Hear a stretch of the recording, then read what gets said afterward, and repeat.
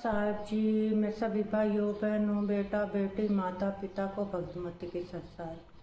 तो आज हम सुनेंगे संत रामपाल जी महाराज की सत्संग में सभी भाई बहन मिलजुल करके इस धरती पर कबीर परमात्मा के रूप में अवतार लिया संत रामपाल जी महाराज ने, और उसकी अमृतवाणी में सभी भाई बहन बेटा बेटी माता पिता मिलजुल कर सुनते हैं सत्संग। सत साहिब जी करके फिर अपना ज्ञान प्रचार करता है, उसको लोग कवि कहने लग जाते हैं। वो एक सुप्रसिद्ध कवि की उपाधि प्राप्त करता है, लेकिन वो परमात्मा होता है और वो ऊपर तीसरे धाम में रहता है, सतलोक में रहता है, और वहां से चल कर आता है, गति करके आता है, अपनी प्यारी आत्माओं श्रेष्ठ आत्माओं को मिलता है। और जो उसकी शरण में आ जाते हैं उनके सर्व रोग, हर तरह के किसी प्रकार की बीमारी है घर में शरीर में या कोई और आपत्ति है, कर्म दंड है, उन सब को नाश करके उनको सतभक्ति देता है, सुखी करता है और सतभक्ति करवा के उनको सतलोक ले जाता है। वो था पहला चरण। तो उस समय परमात्मा ने आकर अपनी अमृतवाणी में, सूक्ष्म वेद में, कबीर वाणी में, सच्चिदानंद घन की वाणी में ये सारी सृष्टि रचना, ब्रह्मा विष्णु महेश की उत्पत्ति, ब्रह्म की उत्पत्ति, अक्षर पुरुष की उत्पत्ति और सत भक्ति कैसे करनी चाहिए, कौन है वो परमात्मा जो पाप नाश कर सकता है, ये अपनी महिमा आप ही आकर बताई। आपने कल वेद में पढ़ा कि वो परमात्मा कबीर देव अपने द्वारा रची हुई सृष्टि और सभी देवी देवताओं के जन्म आकर स्वयं ही बताता है, स्वयं ही ठीक ठीक विस्तार से बताता है और दूसरा कोई नहीं जान सकता उसकी द्वारा रची हुई सृष्टि। जब परमात्मा 600 वर्ष पहले आए थे, सन 1398 में आके काशी शहर के एक लहर तारा तालाब में कमल के फूल पर एक शिशु का रूप धारण किया था। वहां से नीरू नीमा नाम के दो मुसलमान जो लाए थे दंपति, वो उठा ले गए थे प्रभु को। वहां लीलावत परमात्मा जब बड़े हुए, जब 25 दिन के हो गए तो उन्होंने कुछ भी आहार नहीं किया था। तो उसमें कुंवारी गाय का दूध परमात्मा ने अपनी ही लीला से एक कुंवारी गाय मंगवाई थी, भगवान शंकर जी को भी प्रेरित करके वहां भेज दिया था। ये अलग कहानी है, फिर बताएंगे। तो कहने का भाव ये है कि जब कलियुग में परमात्मा आए, प्रथम चरण में धर्मदास नाम के एक सेठ बांधवगढ़ के रहने वाले बहुत बड़े धनी व्यक्ति थे, वो मिले। वो ब्रह्मा विष्णु महेश के पुजारी थे। जैसे हिंदू धर्म में जन्म होने के कारण हम सभी वैसी ही पूजाएं किया करते थे, इन्हीं भगवानों को सर्वेश्वर मानते थे, पूजा के योग मानते थे। तो जब धर्मदास जी को परमात्मा ने ये ज्ञान कराया, धर्मदास जी ने भी एक हिंदू धर्म की रीति से एक रूपदास नाम के गुरु बना रखे थे। उस रूपदास जी ने जैसा भी उनको ज्ञान फीड कर रखा था वो सारा वो जानते थे। गीता जी का पाठ करते थे, पुराणों को भी एक श्रोधार्य मानते थे। तो परमात्मा कबीर जी ने धर्मदास जी को सभी ग्रंथों में बताया कि इसमें ऐसा लिखा है, इसमें ऐसा लिखा है। अब धर्मदास जी पढ़े हुए थे, उसने देखा सारे सदग्रंथों में ऐसा लिखा है, गुरु जी जो बता रहे सत्य है, लेकिन धर्मदास जी की बात को कोई मानने को तैयार नहीं था। धर्मदास जी ने कहा, प्रभु आपने जो ज्ञान दिया ये मेरे हृदय में समा चुका है और इस ज्ञान को कोई भी सुनने को तैयार नहीं है। रिश्तेदार से कहता हूँ वो भी उल्टा होता है, तो मुसलमान बन गया है, तो देवताओं के बारे में गलत बोलता है, तेरी जीभ कट जाएगी, तेरा नाश हो जाएगा, अब मेरे पीछे पड़ लेते। तो परमात्मा बोले, धर्मदास तो लाख दुहाई, ये सार ज्ञान की तो बाहर ना जाई, ये तो ज्ञान इब्बा मत बताइए किसी ने। धर्मदास तो लाख दुहाई, ये ज्ञान अभी ना बताना कि ब्रह्मा विष्णु में इसके माता पिता है, उस वहां लिखे और वहां लिखा है, अभी रुक जा, तेरे को बता रहा हूं मैं। नहीं तो ये नकली संत, ये नकली ऋषि, मैं ऋषि आगे ये ढोल पीटते पाओगे। और सत्य कलयुग के अंदर इस काल से मेरा वचन है कि पिछली पीढ़ी में इनको मैं ये सारा खजाना दे दूंगा अपने बच्चा थे, और ये सारे नकली संत फेल होंगे उस समय जाकर के, जो गीता और वेद और पुराणों के आड़ में रोटी खा रहे हैं। तो तब मेरे बच्चे मुझे पहचान लेंगे। अब तो इसका जिक्र मत करना की तरह। धर्मदास तो लाख दुहाई, पुणात्माओं इतना बढ़िया ज्ञान मिले पाछे के डट्या था आदमी को, उसने बता दो कसौती ललक उठा। अब आपको जब ज्ञान हो जाता है, अपना मोक्ष तो आप भूल जाते हो, मेरा तो मोक्ष होगा ही होगा, फिर भाई को, बहन को, रिश्तेदार को, सबको सुनाने की चेष्टा करते हो, ऐसी उमंग भर जाती है, ऐसी प्रेरणा होती है, स्वाभाविक है और यह होनी भी चाहिए। लेकिन धर्मदास को परमात्मा ने रोक दिया था कि तू बस जिक्र मत करना। धर्मदास तो लाख दुहाई, ये सार ज्ञान मूल ज्ञान की दबार न जाई। मूल ज्ञान बाहर जो पढ़ी या बिजली बेटी हंस नहीं तरही, और मूल ज्ञान को जब तक छुपाई तब तक छुपाई जब तक ये द्वादश पंथ ना मिट जाए। अब ये सारे पंथ खत्म हो दिए, कंडम हो दिए।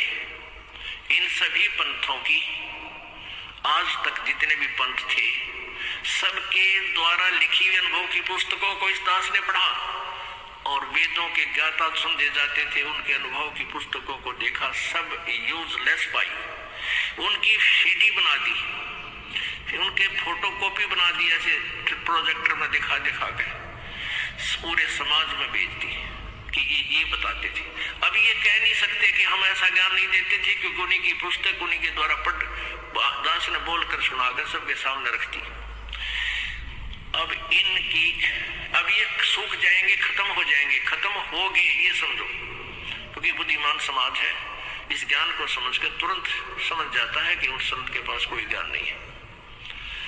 अब ये सभी पंथ नष्ट हो जाएंगे। कैसे होंगे? धीरे धीरे, थोड़ा समय लगता है, लेकिन हो जाएंगे। जैसे पहले हम छोटे छोटे थे, वर्षा के दिनों में कहीं खेतों में, किसान के घर जन्म था इस दास का, तो खेतों में जैसे किसी ने आम खाया और फेंक दी कुटली, वो वर्षा ऋतु में फिर वो उग जाते थे।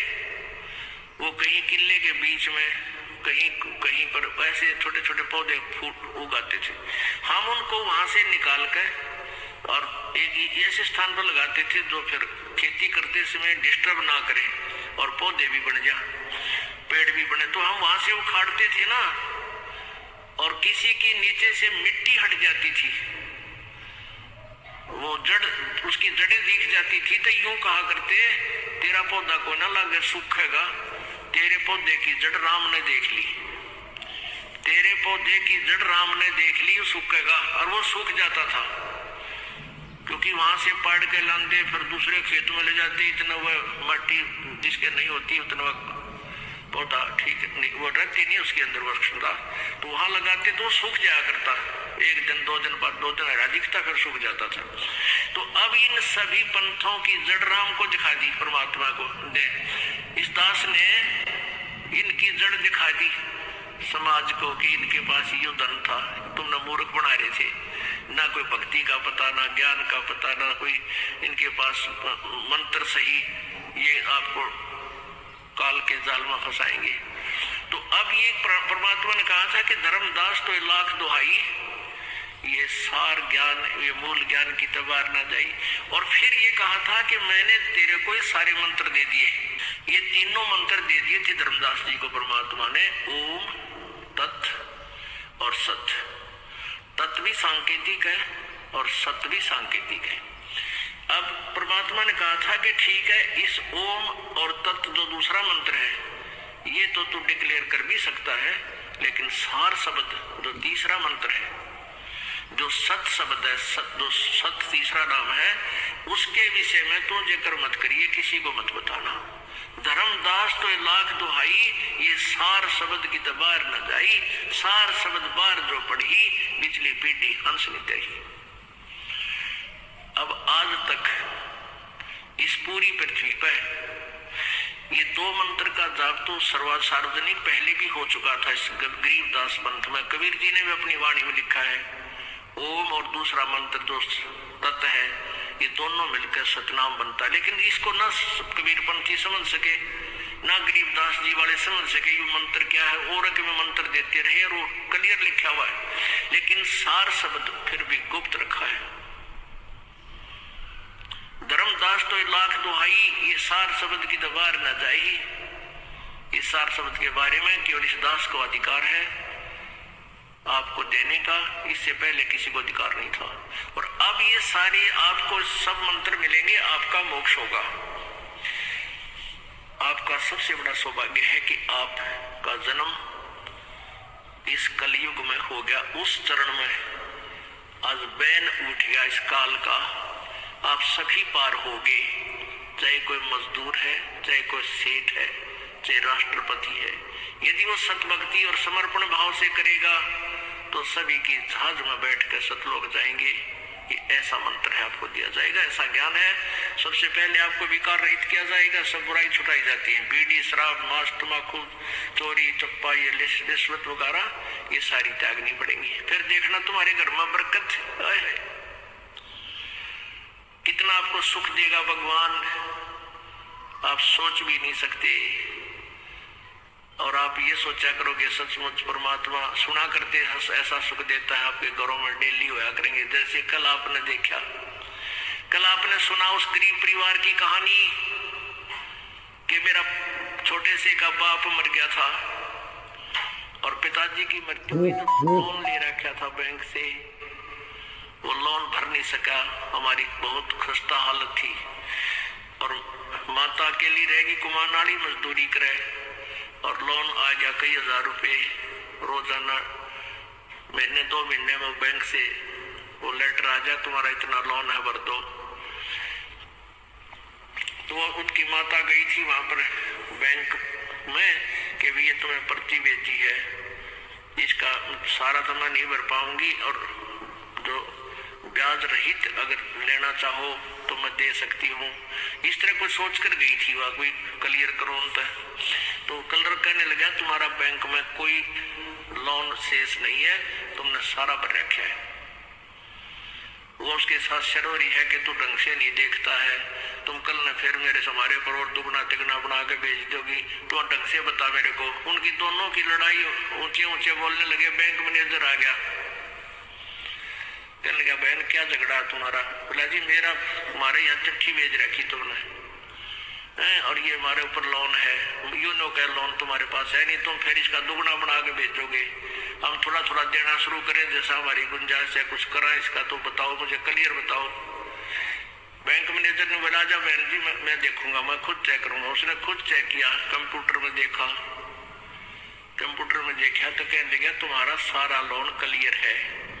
वह फिर शर होगी न, बोली तुम मत बकाओ मेरे को, ये तुमने चिट्ठी भेज रखी।